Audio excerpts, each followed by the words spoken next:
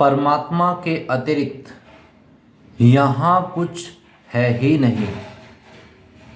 माता के रूप में वो, पिता के रूप में वो, भाई बहन के रूप में वो, पति पत्नी बच्चे के रूप में वो, जो मिट्टी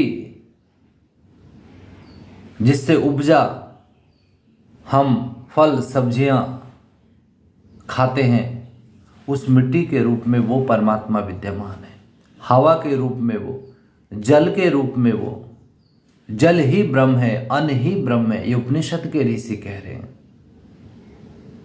सूर्य के रूप में वो, आकाश के रूप में वो, इस दुनिया में जो कुछ भी है वो सब परमात्मा का रूप है।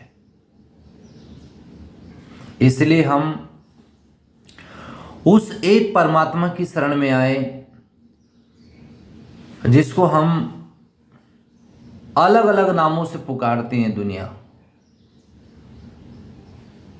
उसको परमात्मा कहें, उसको भगवान कहें, उसको ईश्वर कहे, उसको कोई अल्लाह कहता है, उसको कोई गॉड कह रहा है, किस भी नाम से आप पुकारो कोई फर्क नहीं पड़ता, क्योंकि उसने पूरी दुनिया को एक ही तरीके से बनाया है और एक ही तरीके से चलाया है।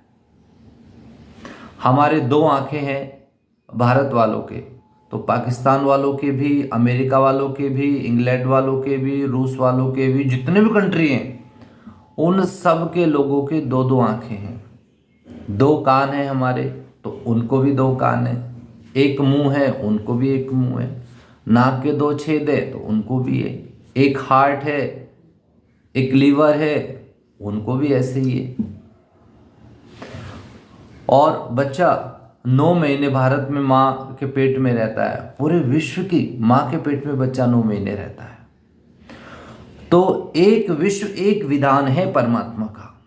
कुछ मूर्खों ने, बेवकूफों ने, दुष्टों ने, स्वार्थियों ने परमात्मा को ही बांट दिया। इसलिए सब जाति, मनुष्य जाति एक है। ये पूरी धरती एक है, पूरा आकाश एक है, ये जल, ये जंगल, ये जीव जंतु, वनस्पति, लताएं सब एक जैसे हैं और सब के अंदर परमात्मा का अंश है। सब जगह परमात्मा विद्यमान है। सिर्फ उसको मूर्तियों में मत देखो, मूर्तियों में परमात्मा है, उसका अंश है, लेकिन मूर्तियों के साथ साथ उसको अपने घर के लोगों में भी देखो, उसको अपने घर में भी देखो। जो चीज़ आप खा रहे हैं, पी रहे हैं, उसमें भी परमात्मा को देखो। यदि अपने मन को शांत करना चाहते हो, यदि जीवन मुक्त होना चाहते हो, चित्त की वृत्तियों का निरोध करना चाहते हो, तो सब जगह दृष्टा बन करके, साक्षी बन करके उस परमपिता परमात्मा को देखो। इसी में हमारा कल्याण निहित है।